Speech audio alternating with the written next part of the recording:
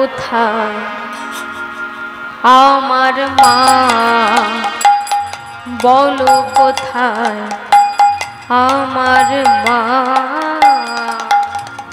বলে দাও হে গোপীনাথ বলো কোথায় আমার মা বলো কোথায় আমার মা হারিয়ে গেছে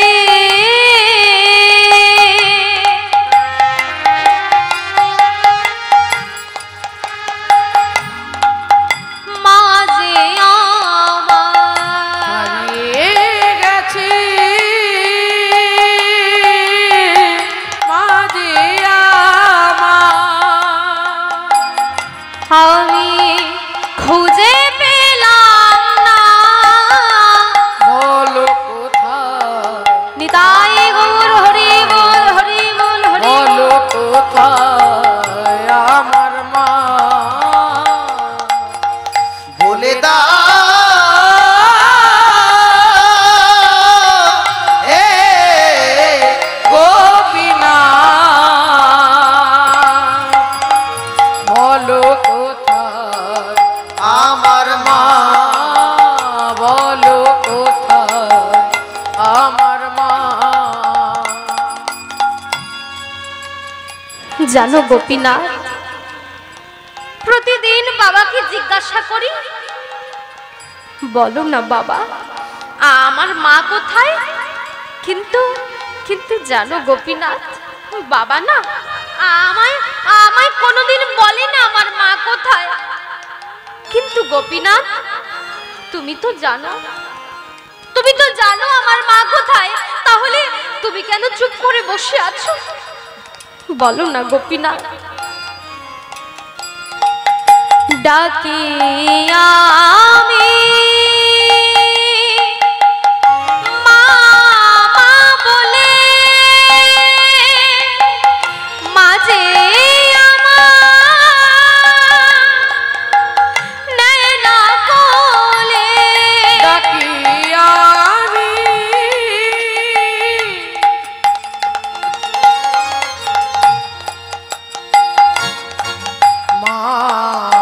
বলে মাঝে আমার নैना কোলে হারিয়ে গেছি মাঝে আমার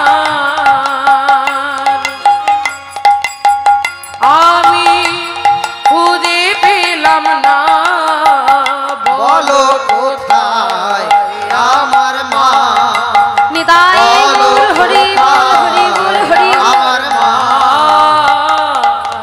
বলে দাও হে গোপীনাথ বলো কোথায় আমার মা বলো কোথায় আমার মা বলো কোথায় আমার মা বলো না গোপীনাথ কেন তুমি চুপ করে বসে আছো তাই ভগবানের চরণে বাবা মাথা ঠুকছে পুত্র গোপীনাথ বিগ্রহ গোপীনাথের চরণে মাথাটা ঠুকছে বাবা আর ঠুকতে ঠুকতে পুত্র গোপীনাথের মুখ দিয়ে ঝলকে ঝলকে রক্ত পড়ছে এমন সময় গোবিন্দ ঘোষের মনে পড়লো আচ্ছা যাই বাড়িতে ছেলেটাকে বকাঝকা করে এসেছি ছেলেটার হাতে যদি একটু নারকলের নাড়ু দিই ছেলে আমার সব ভুলে যাবে তাই বাড়িতে ফিরে এসে ছেলেকে ডাকছে বাবা গোপীনাথ বাবা গোপীনাথ কিন্তু গোপীনাথের কোনো সাড়া শব্দ পাওয়া যাচ্ছে না বাবা দেখতে পেল মন্দিরের দরজাটা খোলা এক পা দু পা করে মন্দিরের ভেতরে প্রবেশ করে দেখতে পেল পুত্র গোপীনাথ বিগ্রহ গোপীনাথের চরণে পড়ে আছে। এমন সময় চিৎকার করে গোবিন্দ ঘোষ বলছে, আমি কি দেখছি? ছুটতে গিয়ে পুত্র গোপীনাথকে বুকের মাঝে জড়িয়ে ধরে বলছে, কথা বল বাবা, আমি এসেছি, আমি যে তোর বাবা, তোর মা নেই তো কি হয়েছে বাবা, আমি যে তোর মা, আমি যে তোর বাবা, কথা বল বাবা। কিন্তু ও মা, পুত্র গোপীনাথের যে কোনো সারা শব্দ পাওয়া যাচ্ছে না। মুখ দিয়ে ঝলকে ঝলকে রক্ত পড়তে পড়তে পুরো শরীরটা স্থির হয়ে গেল। অর্থাৎ সেও যে পৃথিবীর মায়া পরিত্যাগ করে চলে গিয়েছে বাবা। এমন সময় ভগবানের দিকে আঙুলটা বাড়িয়ে বলছে, প্রভু, আমি তো তোমার কাছে সংসার চাইনি, তুমি দিয়েছ। আমি তো তোমার কাছে স্ত্রী চাইনি, তুমি দিয়েছ। তুমি যখন আমার স্ত্রীকে কেড়ে নিয়েছিলে, আমি বলেছিলাম তুমি আমার স্ত্রীকে কেড়ে নিয়েছো, এতে আমার কোনো দুঃখ নেই, তবে তুমি যেন এই সন্তানটাকে আমার ভালো রেখো। কিন্তু তুমি তুমি আমার স্ত্রীকেও কেড়ে নিলে, আমার সন্তানকেও কেড়ে নিলে। বলতে পারো আমি তো তোমার কাছে পুত্র সন্তান চাইনি। তবে তুমিও শুনে রাখো, এই যে তুমি আমার স্ত্রীকে, আমার সন্তানকে আমার কাছ থেকে কেড়ে নিয়েছো, আমিও প্রতিজ্ঞা করে বলছি, আজ থেকে তোমার জন্য এই মন্দিরের দরজা বন্ধ। তোমার জন্য ভিক্ষা করতে যাব না, তোমাকে সেবাও দেব না, তোমার সাধন করব না, তোমার ভজনও করব না।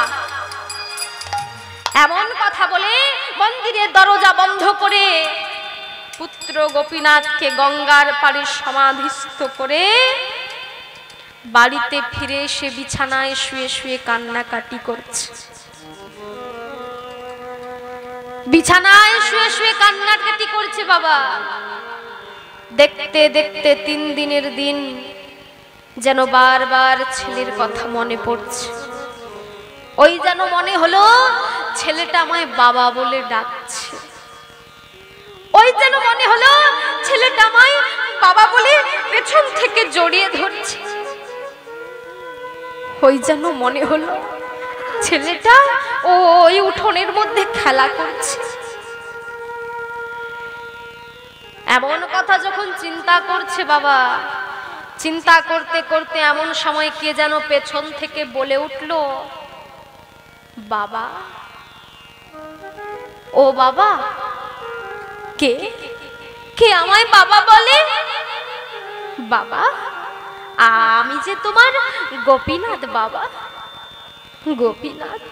না না, আমার যে গোপীনাথ হতে পারে না, সে যে আজ 3 দিন আগে আমায় ছেড়ে চলে গিয়েছে।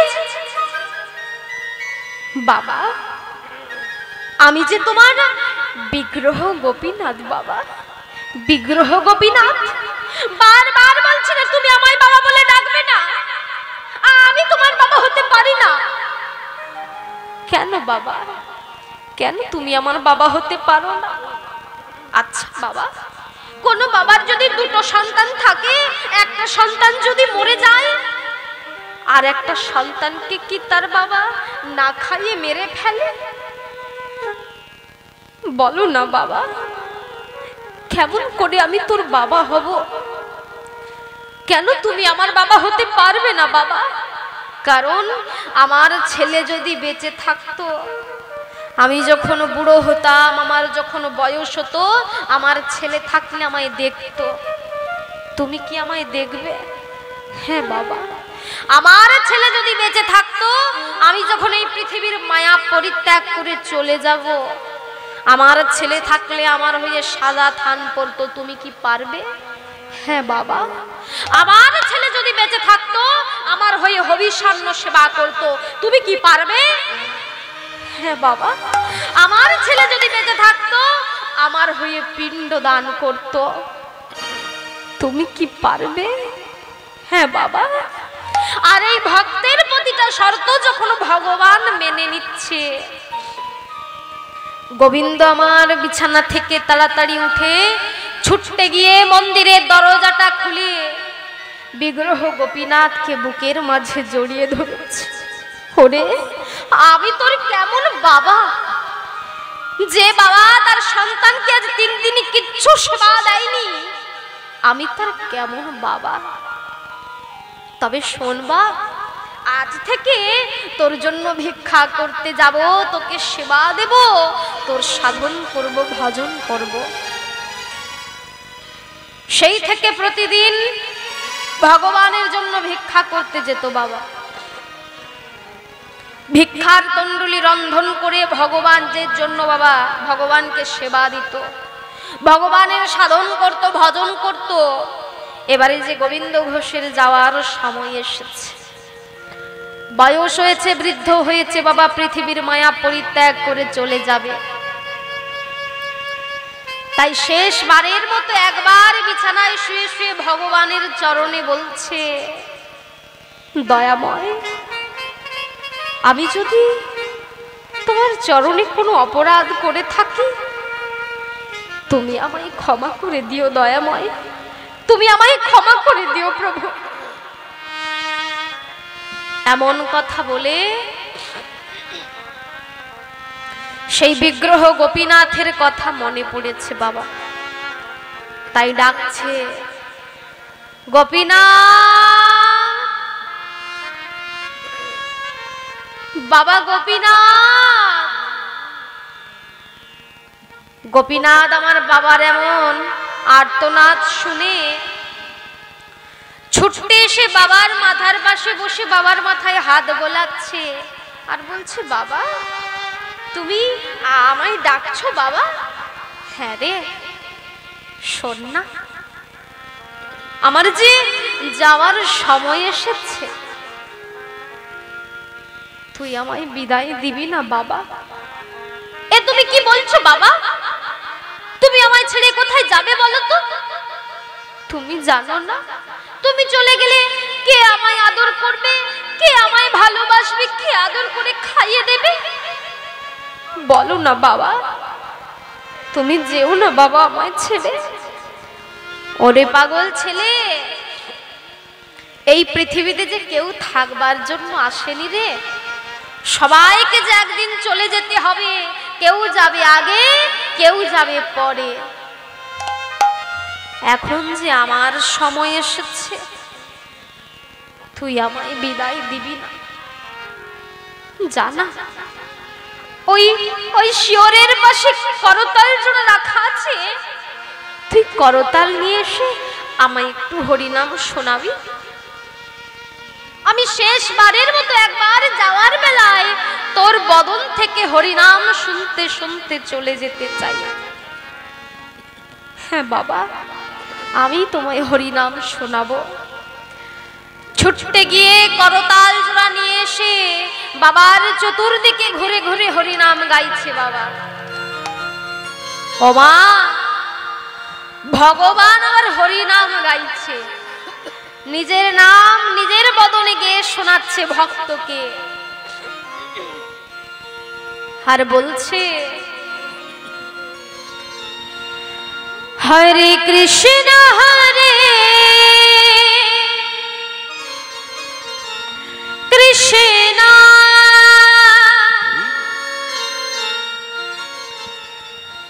কৃষ্ণ কৃষ্ণ হরে হরে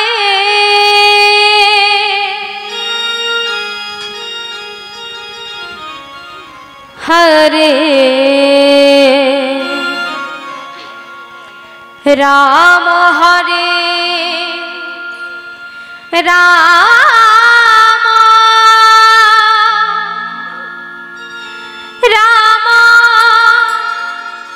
রাম হরে হরে হরে কৃষ্ণ কৃষ্ণ কৃষ্ণ হরে হরে এ হরে রাম হরে রাম রাম রাম হরে হরে হরে কৃষ্ণ কৃষ্ণ কৃষ্ণ হরে হরে হরে রাম রাম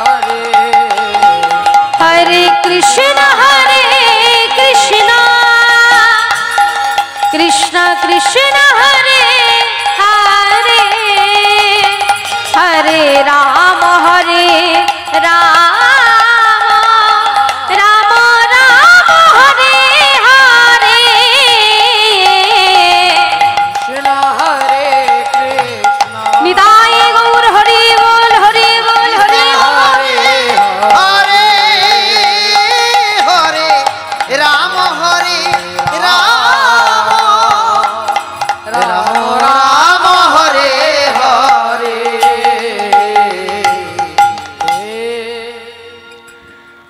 হরিনাম গাইছে বাবা। আর এই হরিনাম শুনতে শুনতে কখন যেন প্রাণ পাখিটা উড়ে চলে গেল বাবা। গ্রামবাসী খবর পেয়ে গোবিন্দ ঘোষকে সমাধিস্থ করলো মা। পরের দিন পুরোহিতকে স্বপ্ন দিলেন ভগবান যে তুমি আমায় সাদা থান পরিয়ে দাও। তাই ভগবানকে সাদা থান পরানো হলো বাবা। ভগবানকে 10 দিন ধরে হবিষ্যান্ন সেবা দেওয়া হলো। এইবারে যে ভক্তের হয়ে ভগবান তিনি যে পিণ্ড দান করবে, পিণ্ড হাতে নিয়ে দাঁড়ায় আছে আর বদনে বলছে দাঁড়াইলো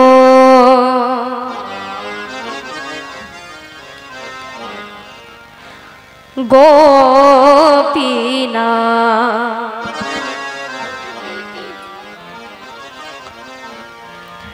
পিণ্ড হাতে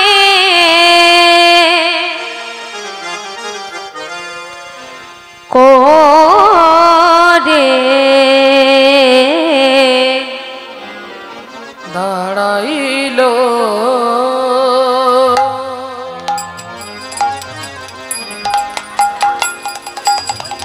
গোপীনা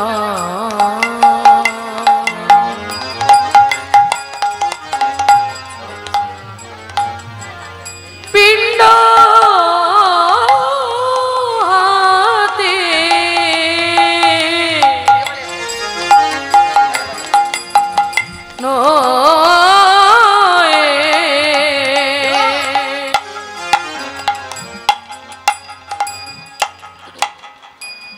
দাঁড়াইলো